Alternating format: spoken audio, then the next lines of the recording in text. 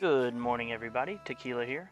And in today's video, we are going to be covering my personal favorite build for farming. It is completely AFK, and I have been kind of calling it the big brother to Rangeless Blender. But a more fitting term for it that has been what I've actually been calling it and telling other people in the Discords is the 90-meter ranged Devo blender. And as we just kind of alluded to, with the Rangeless blender build, when I switched it from traditional just max everything standard blender, it was about a 25% coin increase over standard blender. And once the module Primordial Collapse came out, it actually allowed me to transition to this more ranged build, which is kind of why I call it the Rangeless Blender's big brother. And it was an additional around 20% coins over the Rangeless blender. So, as I kind of said, you really need to have the Primordial Collapse to have the 90 meter be worth it for you because of the black hole coverage. So, speaking of that, we're going to go ahead and jump straight in. But a absolute requirement here is Primordial Collapse and a minimum of a 50 meter black hole. And I will show you in run here shortly, but 50 meter black hole is the minimum you have to have for this build to work. That gives you 100% coverage in your inside of your tower range. The higher you can get this, the better, but 50 meters is required, as well as running Primordial Collapse, the newest core module. The other thing that is required is a cooldown sync between Golden Tower and Deathwave, and then if you do not have a permanent black hole like myself, then you also need your black hole synced with the Golden Tower Deathwave. And the premise behind the build is very similar to Rangeless Blender, where you want to try to hoard enemies. You let your free ups give you your upgrades for the longest runs possible, but you're still devoing the damage to allow you to go further.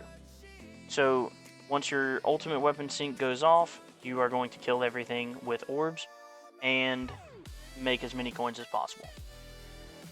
So with that being said, why do you want the 90 meters range? First off, whenever you have workshop orbs, you cannot adjust them until way later on when you start getting keys from Legends tournaments. And if you are, like myself, not anywhere close to that, then you have to get creative.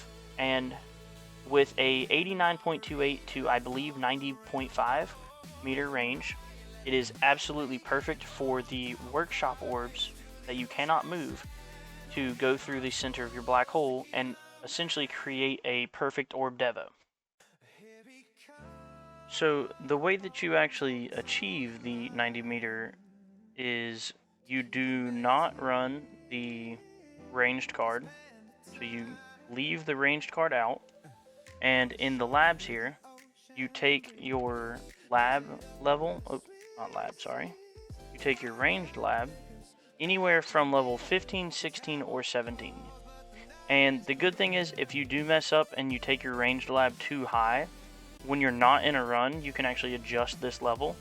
But as I said, you want it at either level 15, level 16, or level 17. And this is a completely EHP build, so you want to devo your damage, which I have some levels in here for tournaments, but you completely devo your damage, and then you will go in here and get, so I have 5500 health, 5700 regen, 1100 wall health. Everything else I leave at 0, including my orbs, because I start with that 2500 damage. So I start out with 0 orbs. And then a key thing here is you want to even leave lifesteal at 0 because you want those free ups to hit knockback, chance, and force as few times as possible. So leaving something like lifesteal, which doesn't really do much for the wall anyways, at 0, it's going to give you more chances for you to not get knockback, which is very important during the run. And then traditional utility here, you are going to max everything that you can up until the enemy attack level skips, and you are going to push your enemy attack level skips as high as possible. I've gotten mine to a pretty good point at 21 trillion almost a click, 361 levels. For the enhancements here, you want to keep your attacks devoed. I know I have some for tournaments, but ignore those. You want to keep attacks devoed. You want to push your defense to a comfortable spot. For me, that is around this. I kind of only do these whenever I'm not clicking in my utility tab. So speaking of utility tab, I would highly recommend anywhere from a 1.3 to a 1.5 cash bonus. I personally tend to the 1.3 because I think it starts getting a little too pricey for my taste. For the coin bonuses and sales bonus, I recommend keeping them the same level and at just over 2 full farming runs worth of coins. So right now I'm doing tier 11 to 8400. I'm making around 60 trillion per run. This 146, as you can tell, is barely over that, which I'm making roughly 120 trillion a day, slightly over. So what I do is barely over 2 runs for cells or coins, and I keep them equal. And then I do barely over 3 runs for the enemy level skips. So as you can see, I got my coin click already. My next 2 farming runs are going to go into cells, and then my next 3 farming runs after that are going into my enemy level skip plus. Now, once it gets a little bit more expensive than that, so as you can see, my coins bonus here is quite a bit more than what a little over 2 runs would be. That is when I start focusing on a mix of my defense enhancements here, as well as upgrading the workshop enemy attack level skips. So that is kind of my rule of thumb here for the enhancements. Now, as we kind of spoke about with modules, for this build to work, you have to run Primordial Collapse. This could be even at an epic, because the only thing that you're getting for this build to actually work is the spawns 1 additional black hole. This works at an epic. The higher your module, the better for the extra substat effects. The substat that you should be rolling for, in my opinion, in order, is Death Wave Quantity first, Spotlight Angle second, Golden Tower bonus third, and then for the 4th one, I put Black Hole Duration on here so I could get the permanent black hole with my Galaxy Compressor. For the armor module, you want Sharp Fortitude. What I would recommend doing is defense percent first, then health regen, then wall health, and for the 4th substat, it doesn't matter as much, but probably go Thorns. For your, whatever the triangle modules are called, you want to have, if it is a G-Comp, you have to have this package chance. Then you want to have enemy attack level skip first, and then coins per kill bonus third. The 4th one doesn't matter as much. For me, I'm going enemy health level skip. If I was running a BHD, you would definitely want to replace both of these with one of the free ups. So free utility, free attack, or free defense up on the Black Hole Digester. And those are the 2 mods that I would run for the cores. The only exception for the armor module here is if you do not have a Sharp Fortitude, just run your highest module that you have. If you do have Sharp Fortitude, even at an epic, it is probably better until you have a mythic with mythic substats. So I would probably run the highest I would run Sharp Fortitude at the highest rarity that you have, unless you have a 2 level higher rarity disparity. So if you have a legendary Sharp Fortitude with an ancestral armor, run the ancestral. If you have an epic and you have a mythic non-sharp, then run the non-sharp at a mythic. For farming, I would actually unequip the cannon and run no cannon at all. Another good thing for tournament here would either be astral or death penalty, depending on rarities and wave count.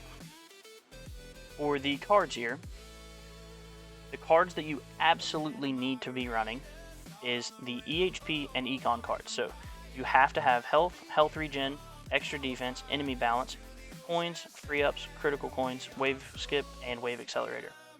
Now what I like to do is this first 8 cards here are absolutely required. If you're running a G-Comp, you need 1 more for the recovery package chance. What I like to do is, while I was first starting out, and if I don't have the card slots for it, I would drop health and health regen at the beginning of the run, and I would run free ups and cash in those slots, which makes it only need 7 card slots. So drop health and regen for cash and free ups, and then later on in the run, as you start needing them, drop cash first for health or regen, and then drop the other for the other. And then some good mods in for extra stuff here would be plasma cannon, cache, fortress, energy net, or recovery package chance. Now, if you, like I said, if you are running Galaxy Compressor, recovery package chance is a must. And getting into the perks here, so this is kind of the auto pick rankings that I would recommend. So there has been quite a bit of math ran on this, but you definitely want to have the coins trade-off over the game speed, as well as you want to have perk wave requirement first. The thought process is the game speed perk, while very good and very useful, it actually leads to less coins per average because the coin trade-off doesn't come around as often because it is a trade-off rather than a common perk. So you want the game speed to be third and you want perk wave requirement first. And if I was not running a perma black hole, I would actually put this knockback force above the golden tower bonus because once again, trade-off perks come as the third most common, so you would want to be able to get this as soon as possible. So I would put lifesteal up here under the game speed. Because I'm running perma black hole, I don't need the knockback force until later in the runs, so I put golden tower and death wave first for the slightly better econ. For the band perks, I would highly recommend 4.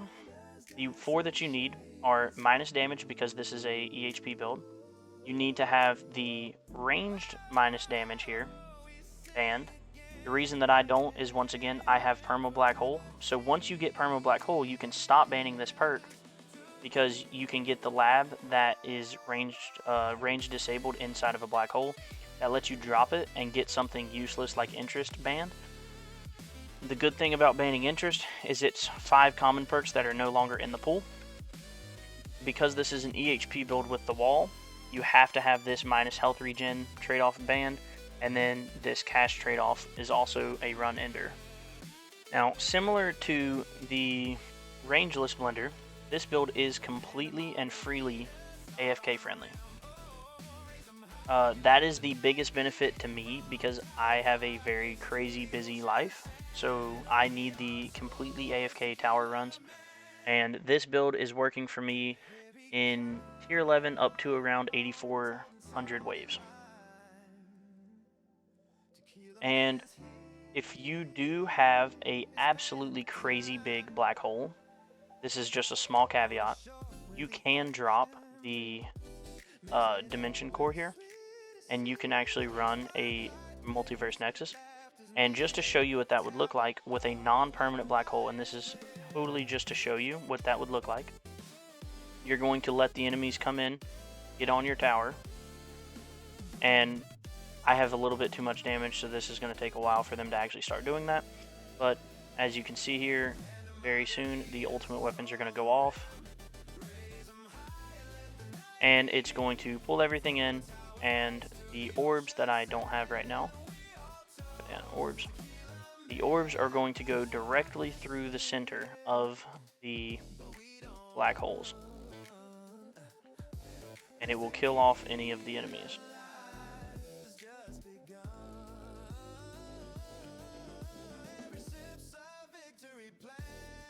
This was a terrible showcase, I'm sorry. Let me go to a higher wave. How many waves I can live on tier 13, but we'll try it. We're going to turn off all death wave, and we are going to go ahead and grab orbs. So whenever the black holes go off, yeah, this is a much better showcase here. So the enemies are going to hoard up, and as they do, whenever the ultimate weapon sync goes off, as you can see, it kills all the way down to the smallest common or fast enemies inside of your black hole with the orbs. So every time your sync goes off, it's going to pull the mobs out, and the orbs will kill them. And it saves you a card slot over the Rangeless blender. However, it is a little bit higher of a base requirement with the black hole requiring 50 meters. But this is what the build will look like with a MVN, and that is why you need to have the Primordial Collapse, because I will show you on the same tier here. I will show you what it looks like with the Primordial Collapse. And the reason I had to put MVN on to show you this is because I have Perma Black Hole with my Primordial Collapse on. So it is impossible to, I guess, mimic that. but I will show you what this looks like here. Okay, I'm gonna go ahead and pause it. So as you can see, with a 50-meter black hole, I am barely covering 100% of my tower range, but absolutely everything inside of my tower is covered by the black holes. A slightly bigger range would be better. I'm actually very close to bringing my black hole size up 1 or 2 clicks, but there are a couple of stones that I'm going to be spending before I can do that. But as you can see here, this is what it looks like and how it will farm. As I said, I do have a permanent black hole, so it's a little bit different for me now, but that just allows me to go a lot further because I'm relying on Primordial Collapse's EHP.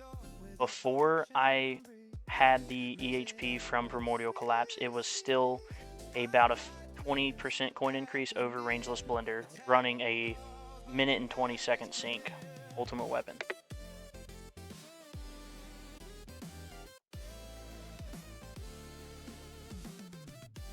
Forgot I gotta turn all my ultimate weapons back on.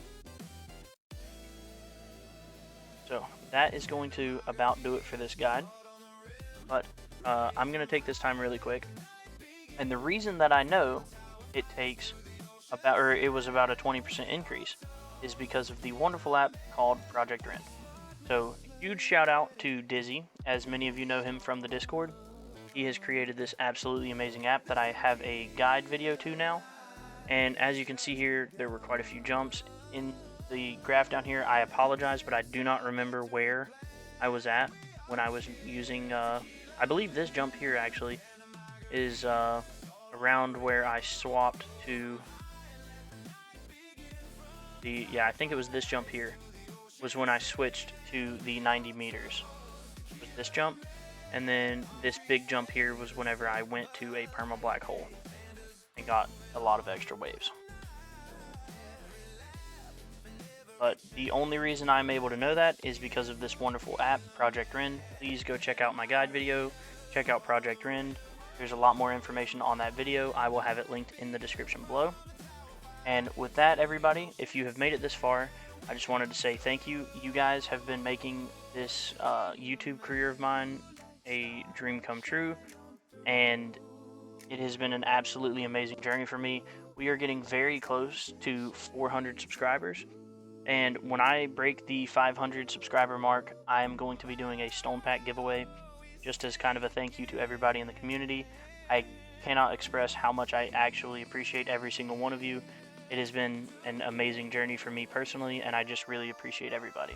So if you don't mind, drop a like on this video, leave me a subscribe if you want to see some more of my content, and just remember guys, it's a good day to have a great day.